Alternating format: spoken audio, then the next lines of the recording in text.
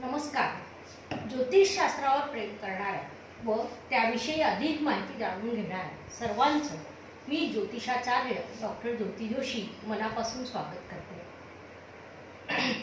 आपण सर्वजण खूप भाग्यवान आहोत, कारण आपल्या महान अशा संस्कृतीतल्या अगाध अशा शास्त्राविषयी आपण चर्चा करीत आहोत, ज्योतिषशास्त्राचा अभ्यास करीत आहोत.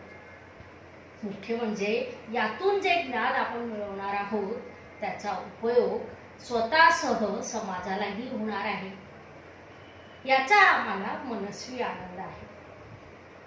मोफत ऑनलाईन कोर्स सुरू करण्याचं जे धाडस आम्ही केलं व या माध्यमातून ज्योतिषशास्त्राचा प्रचार आणि प्रसाराचे जे प्रयत्न करीत आहोत त्यांना तुम्ही पाठबळ देत आहात, त्याबद्दल तुम्हा सर्वांचं मनपूर्वक आभार. या शास्त्रातील वेगवेगळ्या गोष्टी जाणून घेण्यासाठी आपण आमच्या YouTube चॅनलला सबस्क्राईब करा आणि हो, बेल आयकॉन अवश्य दाबा, म्हणजे नवीन व्हिडिओ लोड झाला की लगेचच तुम्हाला कळेल. आजच्या भागामध्ये आपण ग्रहांच्या विविध अवस्थांचा अभ्यास करणार आहोत. मनुष्याच्या ज्या प्रकारे जन्मापासून तर मृत्यूपर्यंत विविध अवस्था असतात, अगदी तशाच ग्रहांच्याही असतात. फक्त त्याचा संबंध ग्रहांच्या परिणामकारकतेशी असतो. ग्रहांची दशा आणि दिशा यावरच मनुष्याचे जीवन अवलंबून असते. हे आपण याआधी अभ्यासलेले आहे. त्याचबरोबर आपण ग्रहांचे प्रकार, त्यांची कारकत्वे आदी गोष्टीही अभ्यासल्या आहेत. आता आपण ग्रहांच्या विविध अवस्था अभ्यासणार आहोत. राशी, अंश, भाव व पारस्परिक संबंधाच्या अनुसार ग्रहांच्या विविध प्रकारच्या अवस्था मानल्या गेल्या आहेत. प्रत्येक ग्रह हा आपल्या स्वभावानुसार जसा फळ देत असतो तसाच तो आपल्या अवस्थेनुसारही फळ देत असतो. त्यामुळे ग्रहांच्या या अवस्थांचा ज्योतिषशास्त्रात अभ्यास करणे क्रमप्राप्त आहे. सुरुवातीला आपण अंशाच्या आधारावरील ग्रहांच्या अवस्थांचा अभ्यास करणार आहोत. अंशाच्या आधारावर ग्रहांच्या 5 अवस्था सांगण्यात आलेल्या आहेत. त्या 5 अवस्था म्हणजे बाल, कुमार, युवा, वृद्ध आणि मृत. ग्रह विषम राशीमध्ये 0 ते 6 अंशावर असल्यास बाल अवस्थेत असतो. ग्रह विषम राशीमध्ये 7 ते 12 अंशावर असताना तो कुमार अवस्थेत असतो. विषम राशीमधील ग्रह 13 ते 18 अंश असल्यावर तो युवा अवस्थेत असतो. 19 ते 24 अंशावर जर विषम राशीमध्ये ग्रह असेल तर तो वृद्ध अवस्थेत असतो. तर 25 ते 30 अंशावर तो मृत अवस्थेत असतो. ही झाली विषम राशीमधील अवस्था. ग्रहांची अवस्था समराशीमध्ये याच्या नेमकं उलट असते. ग्रह समराशीमध्ये 30 ते 25 अंशावर बाल अवस्थेत असतो. 19 ते 24 अंशामध्ये कुमार अवस्थेत असतो. 13 ते 18 अंशात युवा अवस्थेवर असतो. 7 ते 12 अंशापर्यंत वृद्ध अवस्थेत असतो आणि 0 ते 6 अंशात मृत अवस्थेत असतो. बाल्य अवस्थेत असताना ग्रहांचे फळ हे 25% प्रमाणात मिळते. कुमार अवस्थेत ते 50% पर्यंत पोहोचते. युवा अवस्थेत ग्रह आपल्या कारकत्वाचे पूर्ण फळ देतो. पुन्हा वृद्ध अवस्थेमध्ये 6% फळ देतो. तर मृत अवस्थेत ग्रहांचे कुठलेच फळ मिळत नाही. आता आपण ग्रहांच्या दीप्तादी अवस्थांचा अभ्यास करणार आहोत. दीप्तादी अवस्थांचेही 9 प्रकार सांगितलेले आहेत. ते म्हणजे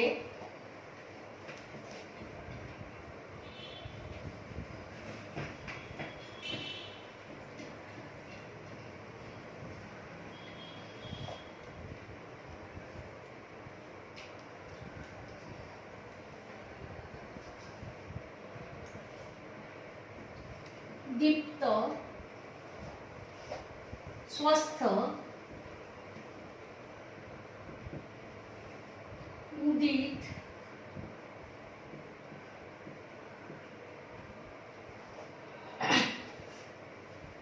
शांत, दीन, दुखित,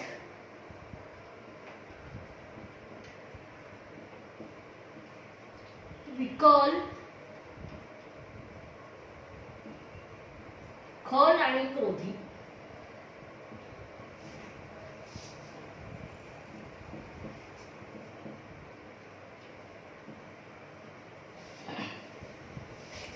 आधी आपण दीप्त अवस्थेच्या संदर्भात माहिती जाणून घेऊया.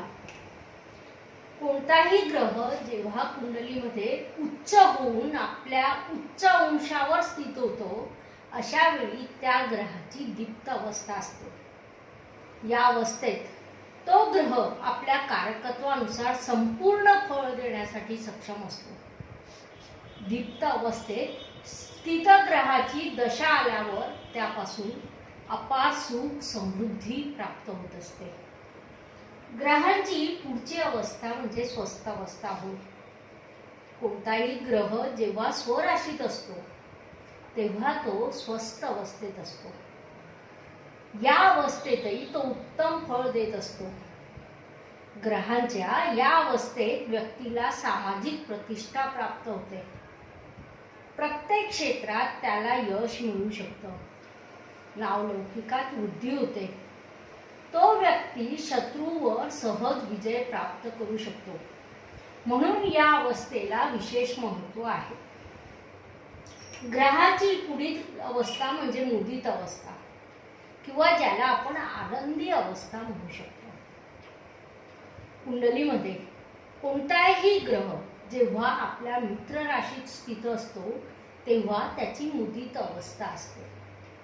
व्यक्ती आपल्या मित्रांमध्ये असता ज्याप्रमाणे अत्यंत आनंदी असतो अगदी त्याचप्रमाणे ग्रह सुद्धा या अवस्थेत आपल्या मित्र राशीत अत्यंत आनंदात असतो. मुदित अवस्थेच्या प्रभावामुळे व्यक्तीची धन, संपत्ती आणि आध्यात्मिक कार्यामधील रुची वाढीस लागते. या अवस्थेत स्थित ग्रहाची दशा महादशा आल्यावर व्यक्तीच्या जीवनात यशस्वीतेचा आविष्कार होत असतो. ग्रहाची पुढील अवस्था म्हणजे शांत अवस्था होय.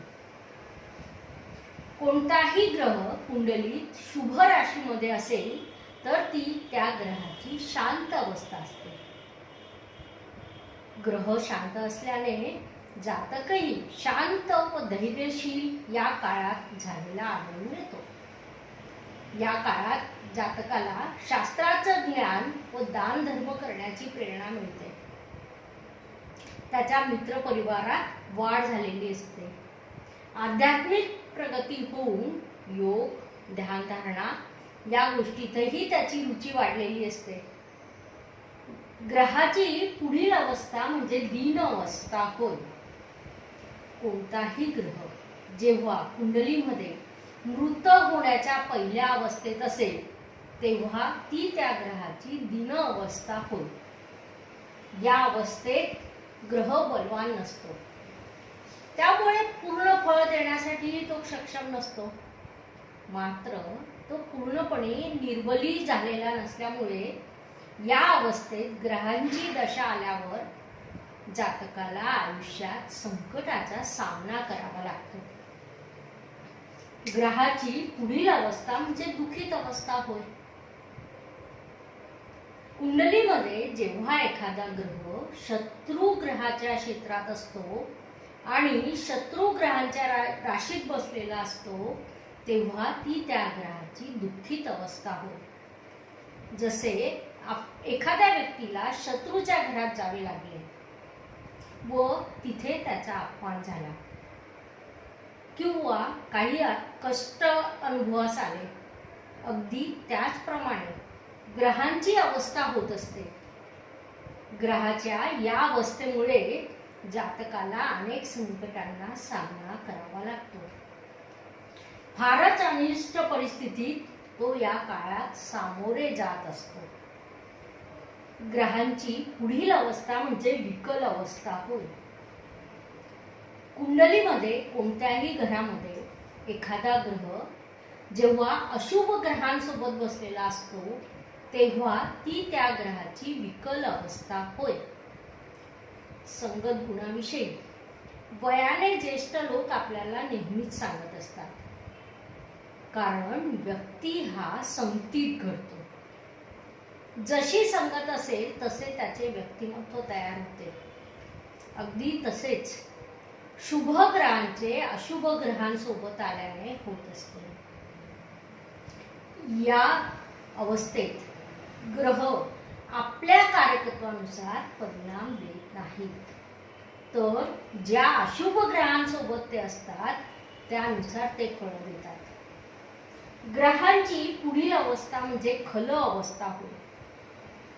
कुंडलीतील कोणत्याही घरात किंवा राशीमध्ये 2 पेक्षा अधिक शत्रुग्रह आपसात एका अंशाच्या अंतरावर असतील तर ती ग्रहांच्या युद्धाची स्थिती होय. या युद्धामध्ये जास्त अंशाच्या ग्रहाचा पराजय होत असतो. पराजय झालेल्या ग्रहाची अवस्था ही खल अवस्था असते. ग्रहांची ही अवस्था जातकाला निर्धन बनवित असते. त्याच्या समोर संकटांचा पहाड उभा राहतो. त्यामुळे स्वभावात चिडचिडेपणा वाढतो. ग्रहाची पुढील व शेवटची अवस्था म्हणजे क्रोधी अवस्था होय.